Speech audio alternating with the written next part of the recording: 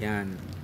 Magandang hapon mga paps. So, mga nagtatanong sa atin kung naglo-load din ba daw tayo ng ibang motor.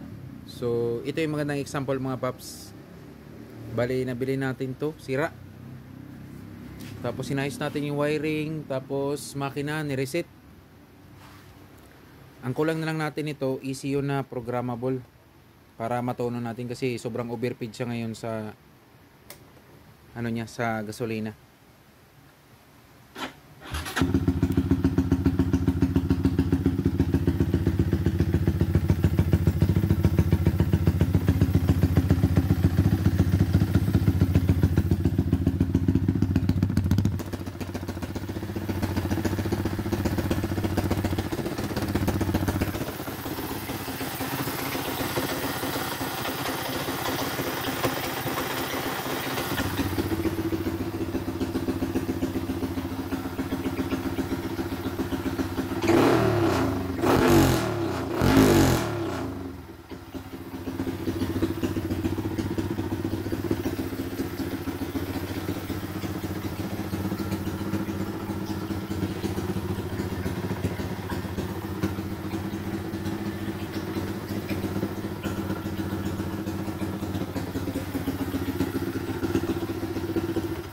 So, yun mga paps, kaya naman natin mag-load ng iba-ibang motor, basta kaya lang natin.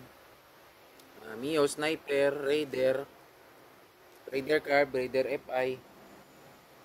So, yan mga paps, sa mga gustong magpa-build, PM lang.